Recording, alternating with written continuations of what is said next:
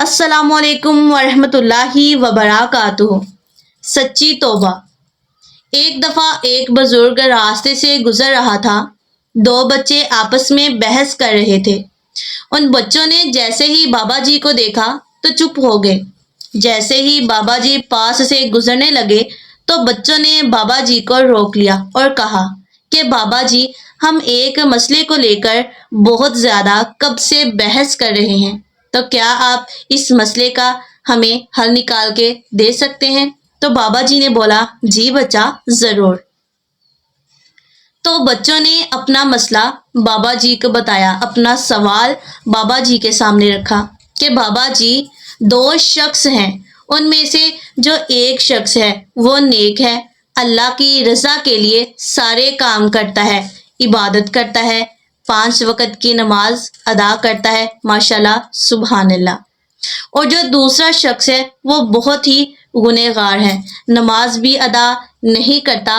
اور ہر وقت گناہ کرتا ہے، اور گناہ میں اس حد تک وہ ڈوب گیا ہے کہ اب اسے کچھ اور نظر ہی نہیں آتا۔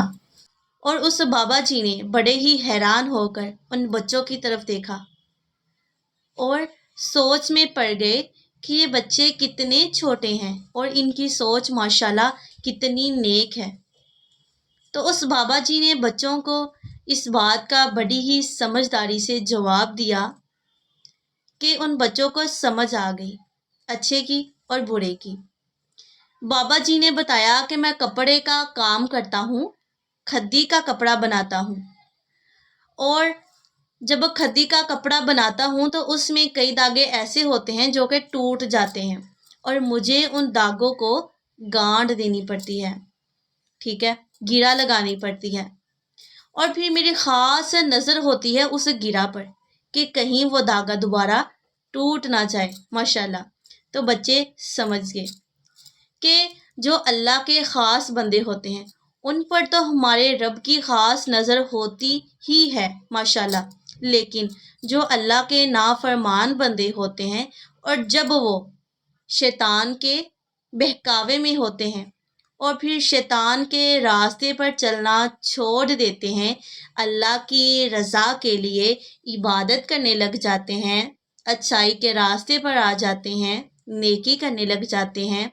خود کو اچھا بنا لیتے ہیں، اللہ کی رضا کے لیے اللہ کے بندے بن جاتے ہیں، تو پھر ہمارے رب کی خاص نظر اس بندے پر ہوتی ہے